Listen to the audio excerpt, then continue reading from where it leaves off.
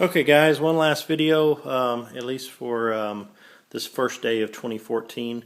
As you've noticed in the post and the other videos, that after I got the kit installed, I had a leak. The first leak was just this little hose here that I probably damaged with the little squeeze, so I went and replaced and used these hose clamps, and that fixed that. But then I discovered I had a leak coming down by the starter, dripping down from the bell house, transmission bell house, just, puddling. And obviously I thought it was going to be these connections, because what else could it be? And sure enough, it was the connection itself.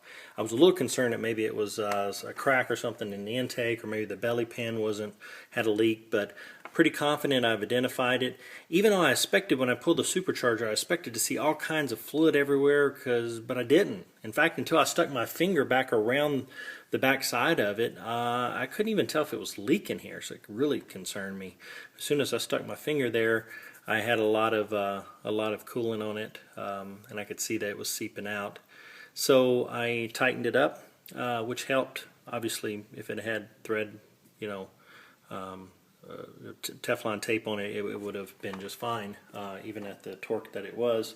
So, but I put a rag behind it, one underneath the vehicle, and double checked, and I didn't see. And as you can see, I had the just the fuel cross connected, and just letting it cycle, letting the fluid run through the connections there. So I wanted to share this. It's kind of embarrassing just a bit. I know better. At my age, you think I would know better, but the good news is I was able to take the kit off in about an hour and a half. It's pretty easy when you're not building and you're just unbolting and pulling things off. Bad news is I tore the gasket, so I'm going to have to get a gasket overnighted, hopefully tomorrow, so I can get the kit in this weekend. But let me show you real quick just what got me. If you look in the book here, I'll just flip to one of the pages, see if I can find it real quick, to where we're putting the hoses on. And it pretty much just tells you, like this step right here, it pretty much just tells you to, connect the hose and tighten it down, make sure the fittings, facing the right direction.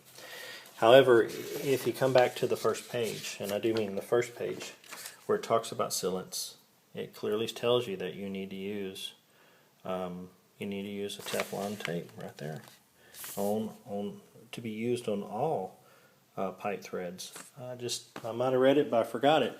And sure enough, it's right there. It's right beside the tape I've been using. Like I said, no excuse. But hopefully, by sharing this with you guys, might prevent you from having or making the same mistake. I'm going to stop here, and then hopefully the next video I do will be the kit installed and running, and I can show you that.